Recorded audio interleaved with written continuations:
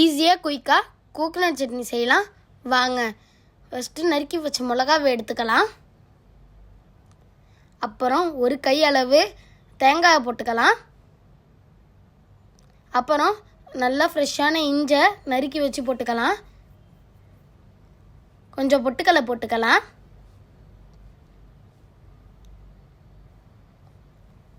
இப்போது உப்பு போட்டுக்கலாம். இப்போ தண்ணி கொஞ்சம் ஊற்றிக்கலாம்.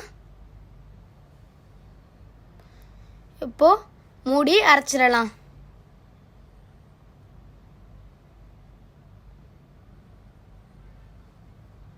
சட்னி நல்லா அரைஞ்சிக்கிட்டு இருக்கு. ரெடி ஆகிட்டு இருக்கு பாருங்கள். நல்லா சட்னி அரையுது. இப்போ கோகனட்